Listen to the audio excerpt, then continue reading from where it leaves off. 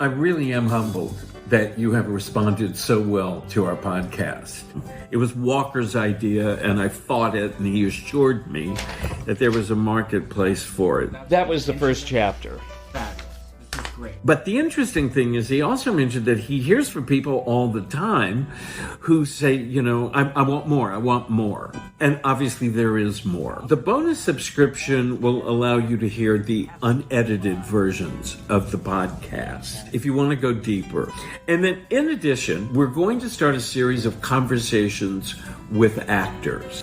And I've spoken to my former student, Mark Ruffalo, and Margot Martindale that I've directed, Chris Carmack, who's now in Grey's Anatomy, Sean Astin, who obviously was in Lord of the Rings. And as a bonus subscriber, you will be able to write in questions. Other benefits include video episodes, chapters of Milton's next book, and personal audio responses to your acting questions. Sign up today at idon'tneedanactingclass.com. Welcome to I Don't Need an Acting Class with Milton Justice.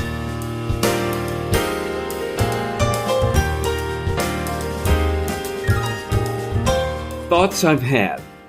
And I know you all know this, but I think it's really good to just remind yourselves of it, that there is a difference between learning to act as an art form and learning to act, and I say it in air quotes, in order to get a job. It's a different thing. And I think it's important to know that.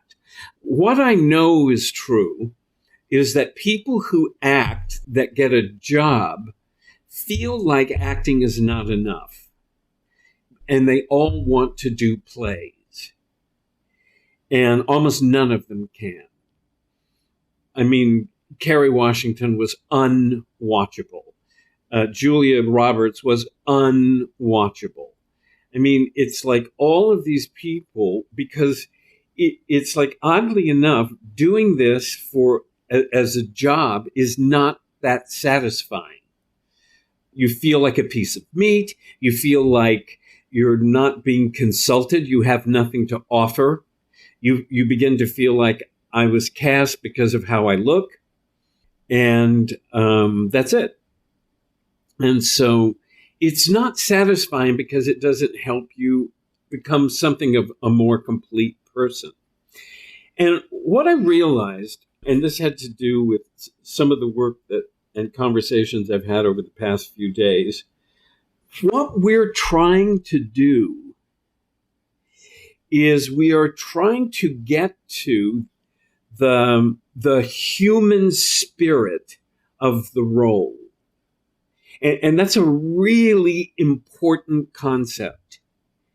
I mean, that's one of the things that Stanislavski was really very big on.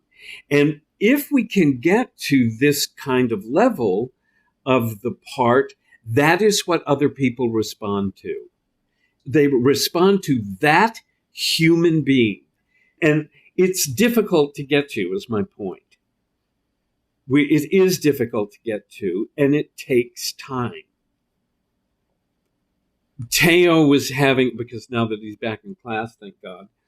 And so he was kind of catching up on research, and he was suddenly looking at his judge and the past and the social circumstance and the race relations in America and the whole racial situation in America. And we were on the street last night, and he said, my God, it's so complex. And it is. It's very, very complex. And that's why it takes so much time. I mean, I think it's a fun thing that Sharon Carnegie talks about, that Maria Knievel talked about, was which you bundle up all this information and you sleep on it. When you wake up in the morning, it's all there. But in an odd sense, you really do have to do that. To me, one of the most difficult things is to not look at each part of your process as, how do I perform that? It's very difficult just to let it gestate, just to let it kind of swim around in your brain for a while and begin to see it and begin to have it as a part of it. I could tell when Giancarlo was working on his guy that he was panicking because he had so much information that it was like, I mean, he moved and then he was this, and it was like trying to make sense out of it right away. So, I mean, you have to really understand, if you're building a human being, that human beings are complex. You can't stick them into a slot. You can't make a quick decision because it's the whole total of things swimming around that makes this human being, and it takes a while to let them all come in. Another problem, which I think we just have to admit, and I think we have to work actively to solve it, is that we have cut off emotionally from other people a lot. You can imagine what it's like living with me. So Teo and I were having this conversation the other night about social media. It's so much fun. We go downstairs for a cigarette. We talk about social media. We talk about race relations in the 60s. I mean, it's, Anyway, he had read something about how being on social media sort of increases the dopamines, whatever the hell they are. And that you get so hyped up that then when you go to start to read, it's like your energy is gone. And I realized how true that was because, of course, I'm having fights with everyone I went to high school with if I'm not careful, because they're all Republicans and all living in Texas, and they say these things, and I find myself enraged. But what happens is you start to have these conversations with these people, and you have to actively decide not to get involved. And then you want to say something. I want to say something to my cousin, who I had no idea was such a radical Republican. And so it's like, then I decided to unfriend him. But at the back of my mind, I'm still furious, and it's like so much energy that the idea that I have to reread my book before submitting it to the publishers, it's like, oh, I'm too exhausted. I've been having a fight on Facebook this morning. Anyway, I think a lot of that, because we don't talk to people in person and we don't have conversations, that it's like exhausting our focus.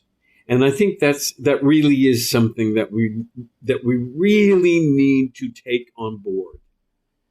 I used to say this, and when I lived in Hollywood, I used to say to people, if you spend as much time on your acting as you did at the gym, you would be a superstar. Now I feel like I have to say to people, if you spend as much time on your acting as you do on social media, you'd be a superstar. So, I mean, it's almost like, people are so focused on something else. Anyway, so I think we have to actively reconnect with human emotions. And I think we just resist it. We don't do what we once might have done, which is every time you see somebody on the subway, every time you see somebody on the street, every time you read about somebody in the paper, you imagine what it must be like to be them. You sort of like, for a few minutes, you morph into their skin. It's the reason I have to be so selective about what I read, because I do it all the time, and it really is emotionally exhausting. But I mean, that's the whole thing. It's like on a selective basis, you must figure out what must it be like to be that mother whose child was just shot. That is what connects us to human beings, because that's what we're playing. We are playing human beings, and our ability to connect to human beings is important. I had this conversation with Kareem the other day, and I said, the thing is, you become a better person when you become an actor. because you understand the problems of another human being. And when you think about it, plays are about problems. The people you've been working on are very, very complex people. Did you all read the email I sent you today with the interview with Kathleen O'Hara from Schitt's Creek and the woman from Saturday Night Live? For them, the idea of playing somebody who says just what's on her mind and is thoroughly thrilled with being full of herself. I mean, it's like actors like that see the joy of playing somebody else. It's like it's the fantasy. It's the fantasy to be able to play that. And of course, it's an article that had to do with bigger than life characters. And what is it like to play somebody that's bigger than life? And suddenly when they said it, you suddenly thought to yourself, oh, I want to do that again. I want to play those bigger than life characters. That's really what we're about. It's like as you begin to understand this other human being, you move into it and you understand their life, what's going on with them, and that expands you as a person. I have said this many, many times. I really feel like that when you do a part, that you have a master's degree in that area. I mean, I already feel that way with Michelle. I feel like if I need to know anything about Samuel Beckett, I can call Michelle. She's begun to live this relationship with Samuel Beckett. I keep forgetting she's an actress. I keep thinking that Michelle met Samuel Beckett.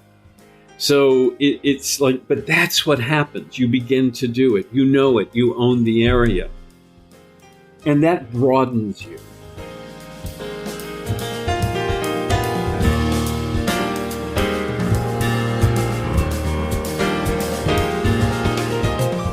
I Don't Need an Acting Class is hosted and created by Milton Justice. Senior producer is me, Walker Vreeland, and director of online media is Evan Sollers, who does all of our graphic design.